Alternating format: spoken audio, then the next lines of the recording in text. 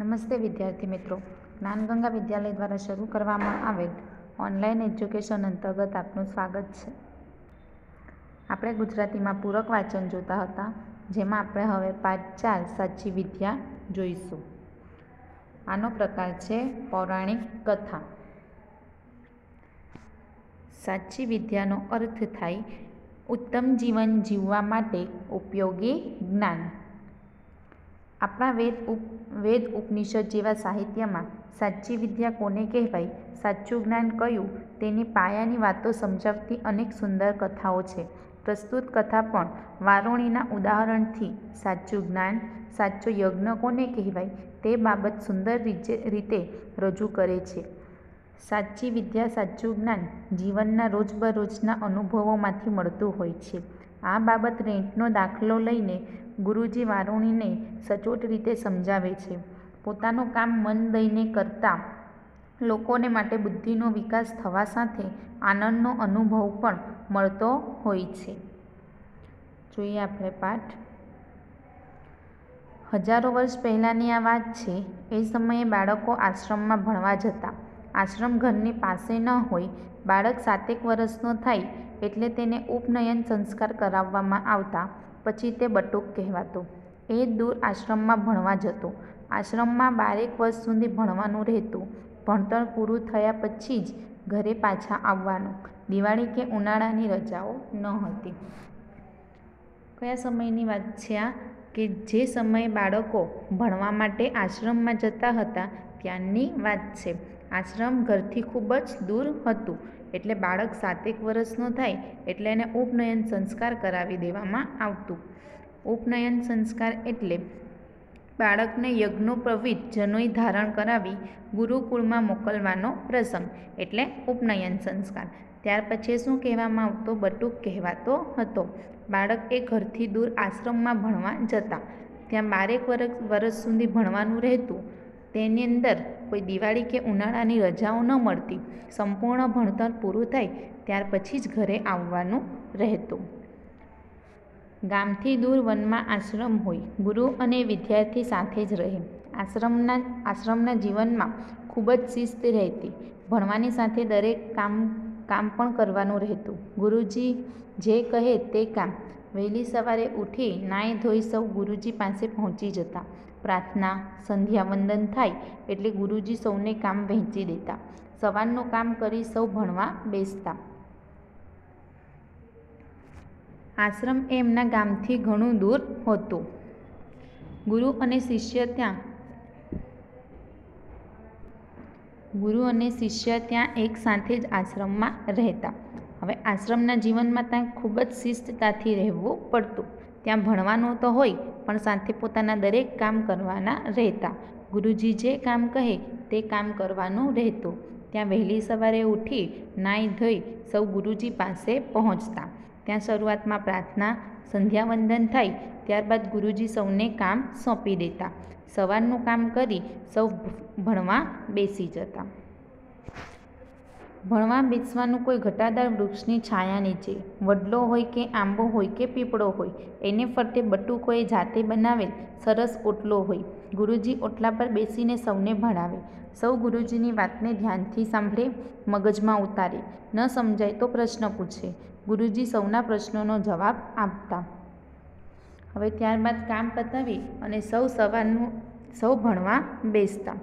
એમને ભણવા માટે કોઈ વર્ગખંડ ન હતા, પણ ભણવા માટે તેમને ઘટાદાર વૃક્ષની છાયા નીચે બેસવું પડતું. એ વડલો હોય, આંબો હોય કે પીપળો હોય, એની છાયા નીચે બેસતા. ત્યાં બટુકોએ જાતે બનાવેલ સરસ ઓટલો હતો.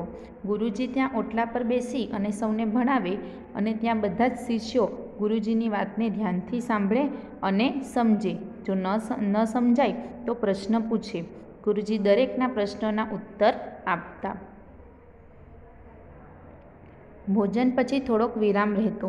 વળી પાછા સૌ પોતપોતાને સોંપેલ કામમાં લાગી જતા. કામ પતાવી સાંજ પહેલાં આશ્રમમાં આવી નાહી ધોઈ સંધ્યાવંદન અને પ્રાર્થના થતા. ગુરુજી પ્રાર્થના બાદ ઉપદેશ આપે, કથા વાર્તા કહે. સૌ બટુકો ભોજન કરી સમયસર ઊંઘી જાય. હવે ત્યાર પછી ભોજન પછી તેઓ થોડોક વિરામ કરતા. વળી પાછા તેઓ તેમને સોંપેલા કામ કરવા લાગી જતા. તેઓ પોતાનું કામ પતાવી સાંજે પાછા આશ્રમમાં આવી નાહી ધોઈ સંધ્યાવંદન અને પ્રાર્થના કરતા. ત્યારબાદ તેઓ ગુરુજીની સાથે પ્રાર્થના કરી ઉપદેશ ગુરુજી આપે, કથા વાર્તા કહે. ત્યારબાદ સૌ બટુકો ભોજન કરીને સમયસર ઊંઘી જતા. આશ્રમમાં વેદાંગોનું અધ્યયન થતું. અશ્વવિદ્યા, શસ્ત્રવિદ્યા આશ્રમમાં વેદાંગોનું અધ્યયન થતું. અશ્વવિદ્યા, શસ્ત્રવિદ્યા, આયુર્વેદ એવા વિવિધ શાસ્ત્રોનું અધ્યયન થતું. આ આશ્રમમાં જીવનમાં માત્ર ભણવાનું જ નહીં પણ સાથે ખૂબ કામ કરવાનું રહેતું. વેદાંગો એટલે 4 વેદ અને એના 6 અંગ: શિક્ષા, કલ્પ, વ્યાકરણ, નિરુક્ત, છંદ અને જ્યોતિષ. અધ્યયન એટલે કે અભ્યાસ. અશ્વવિદ્યા એટલે ઘોડાને તાલીમ આપવાની વિદ્યા. શસ્ત્રવિદ્યા એટલે હથિયાર ચલાવતા શીખવું. આયુર્વેદ એટલે પ્રાચીન ભારતનું વેદક શાસ્ત્ર. આરોગ્ય શાસ્ત્ર એટલે આશ્રમમાં આવા વેદોનું એના 6 અંગોનું, ત્યાં અશ્વવિદ્યા, શસ્ત્રવિદ્યા, આયુર્વેદ જેવા શાસ્ત્રોનું પણ અધ્યયન થતું હતું. ત્યાં જીવનમાં માત્ર ભણવાનું જ નહીં પણ સાથે સાથે રોજિંદા કામ કરવા પણ ખૂબ જરૂરી છે એ પણ સમજાવવામાં આવતું. આશ્રમમાં દરેક જણ કામ કરે. ગુરુજી પણ કામ કરે અને શિષ્યો પણ કામ કરે. જીવનમાં ઉપયોગી એવા કામ શીખવવામાં આવતા. કોઈ ખેતરમાં કામ કરે, કોઈ રસોડે કામ કરે, કોઈ વૃક્ષો ઉછેરવાનું કામ કરે, કોઈ દાભ કાપી લાવી એમાંથી આસન બનાવતા શીખે. દાભ કાપવામાં કુશળ થવું પડતું. કાળજી ન રાખે તો એ દાભ આંગળીઓમાં ચીરા પાડે. કોઈ પાંદડાના પતરાળા અને પડિયા બનાવે, કોઈ સૂતર કાંતે, કાપડ વણતા શીખે, કૂવામાંથી પાણી કાઢતા શીખે. કામ કરતાં કરતાં વસ્તુઓની જાણકારી મળે અને કામમાં કુશળ પણ થવાય. એક કામ શીખી લેવાય એટલે બીજું શીખવા મળે. આશ્રમ જીવનનું સૂત્ર હતું, કામ કરતા જાઓ અને કામ શીખતા જાઓ. આશ્રમમાં દરેક વ્યક્તિ કામ કરતા હતા. ગુરુજી પણ કામ કરે અને તેમના શિષ્યો પણ કામ કરતા. અહીં જીવનમાં આપણને જે ઉપયોગી છે તે તમામ કામ શીખવવામાં આવતા. કોઈ ખેતરમાં કામ કરે તો કોઈ રસોડાનું કામ કરે, કોઈ વૃક્ષો ઉછેરવાનું કામ કરે તો કોઈ દાભ કાપી લાવવાનું કામ કરે. દાભ એટલે એક પ્રકારનું પવિત્ર ઘાસ, દર્ભ. આ કાપવા માટે કુશળ થવું પડે. જો આપણે કાળજીથી અને સાવચેતીથી તે ન કાપીએ તો તે આંગળીમાં વાગી જાય. તો કોઈ પાંદડા લાવી અને તેના પતરાળા અને પડિયા બનાવે. પતરાળા એટલે પાંદડામાંથી બનાવેલા ભોજન થાળ અને પડિયા એટલે પાંદડાનું વાટકા જેવું પાત્ર. તો કોઈ સૂતર કાંતે તો કોઈ કાપડ વણતા શીખે, કોઈ કૂવામાંથી પાણી કાઢી લાવે. આમ દરેક વસ્તુઓની તેઓ જાણકારી મેળવતા અને દરેક કામમાં નિપુણ બનતા. ત્યાં એક કામ શીખી લે એટલે બીજું કામ શીખવા મળે. ત્યાં આશ્રમ જીવનનું સૂત્ર જ હતું, કામ કરતા જાઓ અને કામ શીખતા જાઓ. વિશ્વામિત્ર મુનિનો આવો જ એક આશ્રમ હતો. વિશ્વામિત્ર મુનિ ખૂબ જ્ઞાની હતા. એમને ત્યાં શિષ્યો પણ તેજસ્વી આવતા. ત્યાં વારુણી નામનો શિષ્ય હતો, ભણવામાં ખૂબ જ હોશિયાર, અને ત્યાં શિષ્યો પણ તેજસ્વી આવતા. ત્યાં વારુણી નામનો શિષ્ય હતો, ભણવામાં ખૂબ જ હોશિયાર. સવારે શીખવાડ્યું હોય તે સાંજ સુધીમાં એને યાદ રહી જતું, કારણ કે આખો દિવસ એ મનમાં એનું જ રટણ અને વિચાર કર્યા કરતું. ગુરુજીને એ જાત જાતના પ્રશ્નો પૂછતો. ગુરુજી એની શંકાઓનું નિરાકરણ કરતા. ગુરુજીને પણ એ ગમતું. હવે આવું જ એક વિશ્વામિત્ર મુનિનો આશ્રમ હોય છે. વિશ્વામિત્ર મુનિ એ ખૂબ જ જ્ઞાની હતા અને એમના ત્યાં આવતા શિષ્યો પણ એટલા જ તેજસ્વી અને હોશિયાર હતા. ત્યાં એક વારુણી નામનો શિષ્ય એમનો હોય છે. તે ભણવામાં તો ખૂબ જ હોશિયાર. એને સવારે શીખવાડે તો સાંજ સુધીમાં એને યાદ રહી જાય, કારણ કે તે આખો દિવસ એ જ વસ્તુનું રટણ અને યાદ કર્યા કરતો. એ ગુરુજીને જાત જાતના પ્રશ્ન પૂછતો અને ગુરુજી પણ તેના દરેક પ્રશ્નનો જવાબ આપતા. ગુરુજીને પણ તેનો આ શિષ્ય ગમતો હતો. વારુણીને અધ્યયન કરવું ખૂબ ગમતું, પણ કામ કરવામાં એને મજા ન આવતી, કામ કરતી વખતે એ ભણવાના વિચાર કરતો. કામ બાજુએ રહી જતું. સાંજ પડે સૌ શિષ્યો કામ વ્યવસ્થિત પતાવી પાછા ફર્યા હોય પણ વારુણી મોડો જ પડે. એનું કામ પણ અધૂરું અને અવ્યવસ્થિત રહેતું. એને હવે કામ કરવાનો કંટાળો જ આવવા માંડ્યો હતો. એને થતું, હું અહીં ભણવા આવ્યો છું, વિદ્વાન થવા આવ્યો છું, મારે આવા કામો શા માટે કરવા જોઈએ? ક્યારેક બીજા શિષ્યો આગળ તે આવું બોલી જતું. ગુરુજીને કાને આ વાત પહોંચી હતી, પણ તેઓ તક મળે તેની રાહ જોતા હતા. હવે વારુણી ભણવામાં તો ખૂબ જ હોશિયાર હતો, પરંતુ તેને કામ કરવામાં મજા ન આવતી. તેને કામ કરવું ગમતું ન હતું. તે કામ કરતી વખતે પણ ભણવાના જ વિચારો કરતા, જેથી તેનું કામ બાજુએ રહી જતું અને કામ પણ અવ્યવસ્થિત રહેતું. જ્યાં બધા જ શિષ્યો કામ પતાવી અને પાછા ફરે, ત્યાં વારુણી મોડો પડે અને તેનું કામ અધૂરું અને અવ્યવસ્થિત રહેતું. હવે તો તેને કામ કરવાનો જ કંટાળો આવવા લાગ્યો હતો. તે મનમાં વિચારતો કે તે તો અહીં ભણવા આવ્યો છે, વિદ્વાન બનવા આવ્યો છે, નિપુણ બનવા આવ્યો છે, તો આવા કામ તેને શા માટે કરવા જોઈએ? તે આવી વાતો કોઈકવાર બીજા શિષ્યો આગળ કરતો. આ વાત ગુરુજીને કાને પહોંચી હતી, પણ તેઓ સારી તકની રાહ જોતા હતા.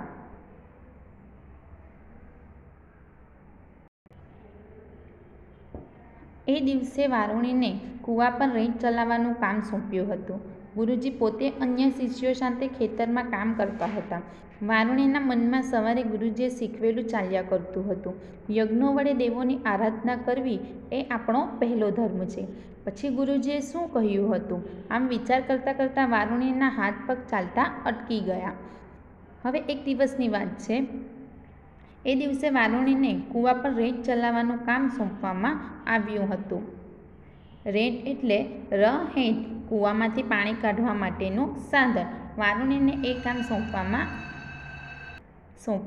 આવ્યું હતું અને ગુરુજી બીજા શિષ્યો સાથે પોતે ખેતરમાં કામ કરતા હતા. હવે કામ કરતાં કરતાં પણ વારુણીના મનમાં ગુરુજીએ જે સવારે શીખવ્યું હતું તે જ ચાલતું હતું કે યજ્ઞો વડે દેવોની આરાધના કરવી તે આપણો પહેલો ધર્મ છે. પરંતુ ત્યારબાદ ગુરુજીએ શું કીધું તે એ યાદ કર્યા કરતો હતો. હવે આમ વિચાર કરતાં કરતાં વારુણીના હાથ પગ ચાલતા બંધ થઈ જાય છે. રેંચ ફરતો બંધ થઈ ગયો. એના ઘડામાં પાણી આવતું બંધ થઈ ગયું. થાળામાં પાણી રેડાતું અટકી ગયું. ત્યાંથી ધોરિયામાં અને ધોરિયામાંથી ખેતરમાં જતું પાણી બંધ થઈ ગયું. ખેતરના કામમાં વિલંબ થયો. બધાને કારણની ખબર હતી. વારુણીને જે કામ સોંપાય એમાં આવું જ થાય.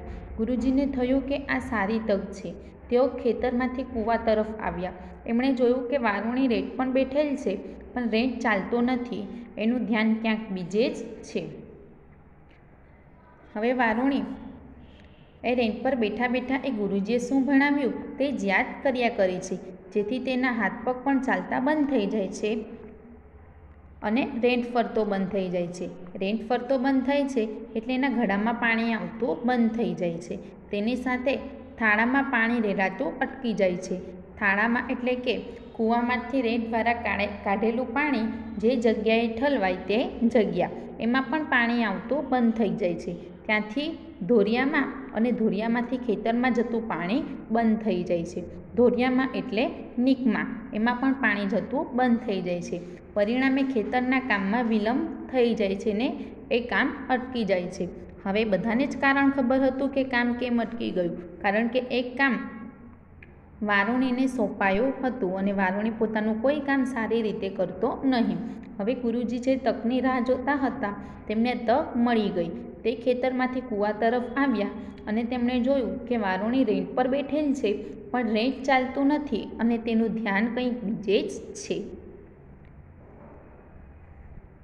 ગુરુજીએ પૂછ્યું, વત્સ, આ રેંચ કેમ અટકી ગયો અને તું શેનો વિચાર કરે છે?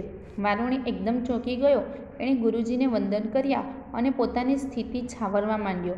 એ તો હું જરા તમે ભણાવેલા રૂચા યાદ કરતો હતો, એટલે જરા રેંચ અટકી ગયો.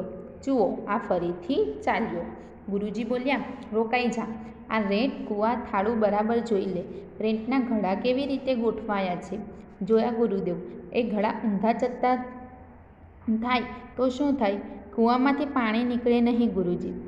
હવે ગુરુજી પણ ખેતરમાંથી કૂવા તરફ આવે છે અને જુએ છે તો વારુણી ત્યાં બેઠેલો હોય છે, પરંતુ તેનું ધ્યાન હોતું નથી. એટલે ગુરુજી તેને પૂછે છે, વત્સ એટલે શિષ્ય, કે શિષ્ય આ રેત કેમ અટકી ગયો છે અને તું શાના વિચાર કરે છે? એટલે વારુણી એકદમ ચોંકી જાય છે. ત્યારબાદ એ ગુરુજીને વંદન કરી અને પોતાની સ્થિતિ છાવરવા માંડે છે અને કહે છે કે એ તો એમણે જે ઋચા ભણાવ્યા હતા તે યાદ કરતો હતો. ઋચા એટલે વેદ મંત્ર, એ યાદ કરતો હતો એટલે જરાક અટકી ગયો. આ ફરીથી ચાલુ થઈ ગયો એમ કહીને ફરીથી રેટ ચાલુ કરે છે. એટલે ગુરુજી એને કહે છે કે તું રોકાઈ જા, રેટ બંધ કર અને રેટ કૂવા થાળું બરાબર જો કે રેટના ઘડા કેવી રીતે ગોઠવાયા છે. એટલે વારુણી એ ઘડા જુએ છે અને કહે છે કે જોયા ગુરુદેવ, એ ઊંધા ચત્તા થાય તો શું થાય? એટલે વારુણી કહે છે કે કૂવામાંથી પાણી નીકળતું બંધ થઈ જાય. આ રેત ઓછી મહેનતે કૂવામાંથી પાણી બહાર કાઢે છે. આ રેત થાળું, ધોરિયો અને નીકની વ્યવસ્થા શોધી કાઢનાર વ્યક્તિ જ્ઞાની કે અજ્ઞાની? ગુરુજીએ પૂછ્યું. જ્ઞાની જ કહેવાય ગુરુદેવ. આ જ્ઞાન પોથીમાંથી નથી મળતું, ભણવાથી નથી આવતું, કામ કરતાં કરતાં સૂચે છે. કામ કરતાં કરતાં જેણે બુદ્ધિ લડાવી અને રેટ બનાવ્યો એ પણ જ્ઞાની જ છે. પોતે બુદ્ધિપૂર્વક કામ કર્યું, કુશળતા દાખવી અને બીજાઓને પણ મદદ કરી. જે કામથી જ્ઞાન વધે એ પણ વિદ્યા જ છે, એ પણ એક પ્રકારનો યજ્ઞ જ છે વત્સ. એટલે ત્યાર પછી ગુરુજી કહે છે કે આ રેત એ શું છે? એ કૂવામાંથી પાણી બહાર કાઢે છે, એ પણ આપણી ઓછી મહેનતે. આવી રીતે પાણી કાઢવાનું શોધનાર એ વ્યક્તિ એ જ્ઞાની કહેવાય કે અજ્ઞાની? એવું ગુરુજી વારુણીને પૂછે છે. એટલે વારુણી કહે છે કે જ્ઞાની કહેવાય. તો ગુરુજી કહે છે કે આ જ્ઞાન એ કોઈ પોથીમાંથી નથી મળતું કે એ ભણવામાંથી નથી મળતું, પરંતુ આપણે રોજે રોજના જે કામ કરીએ છીએ તેમાંથી જ આપણને આ કામ સૂઝે છે.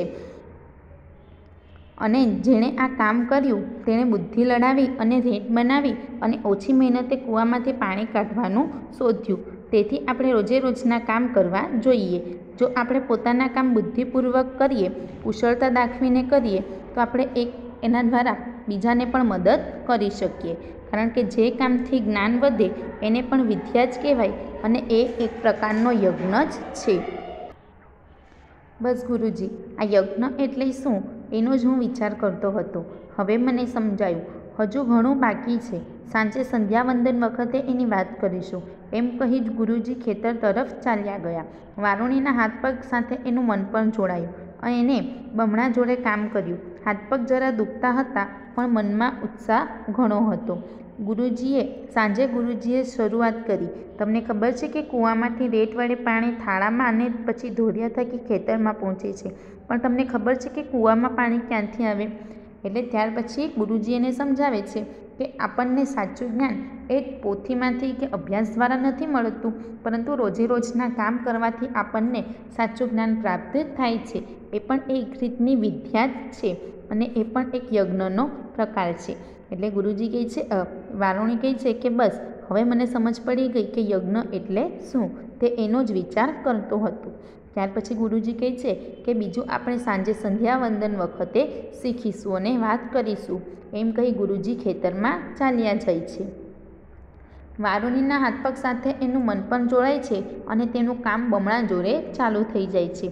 સાંજે ગુરુજીએ હવે આ વાતની શરૂઆત કરી કે કૂવામાંથી રેત વડે પાણી થાળામાં ને પછી ધોરિયા થકી ખેતરમાં કેવી રીતે પહોંચે છે એ તો ખબર જ છે, પરંતુ કૂવામાં પાણી ક્યાંથી આવે છે? બધા શિષ્યો એકબીજાની સામે જોતા હતા. ગુરુજીએ કહ્યું, સૂર્યના કિરણોથી પાણી ગરમ થાય, એમાંથી વરાળ બની વાદળા બંધાય અને વરસાદ રૂપે એ પાણી પાછું સમુદ્રમાં જાય. પણ કેટલુંક પાણી જમીનમાં ઉતરી જાય છે, શોષાઈ જાય છે. ધરતીના પેટાળમાં ઊંડે ઘણા સરોવરો છે, એમાં એ પાણી ભરાય છે. એમાંથી ઘણી સરવાણી નીકળે છે. ભૂમિને ખોદતા આવી સરવાણી હાથે લાગે અને કૂવો થાય. એટલે ગુરુજી સમજાવે છે કે કૂવામાં પાણી કેવી રીતે આવે. તો સૂર્યના કિરણોથી જે પાણી ગરમ થાય છે એ વરાળ સ્વરૂપે વાદળા બંધાય છે અને વરસાદ રૂપે એ પાણી પાછું સમુદ્રમાં જાય છે. પરંતુ સમુદ્રમાંથી કેટલું પાણી જમીનમાં ઉતરી જાય છે અને શોષાઈ જાય છે. તે ધરતીના પેટાળમાં ઊંડે સુધી સરોવરોમાં ભરાઈ જાય છે અને એમાંથી જે સરવાણી નીકળે છે એટલે કે જે ઝરણું નીકળે છે એ ભૂમિને ખોદતા હાથ લાગે છે અને તે કૂવો બને છે. જે પ્રજાપતિ ભગવાને પૃથ્વી બનાવી એણે સમુદ્ર પણ બનાવ્યો અને એણે જ માણસોને પણ ઘડ્યો. પૃથ્વી પરના દરેકને હવા પાણીને ખોરાક મળે એવી રચના કરી. એ પ્રજાપતિ ભગવાનનો યજ્ઞ કરવો એટલે જ અન્ન પેદા કરવું, વૃક્ષો ઉછેરવા અને જીવનમાં સગવડો ઊભી કરવી. દરેક જણ આખી વ્યવસ્થામાં પોતાનું કામ કરે એ યજ્ઞ જ કહેવાય.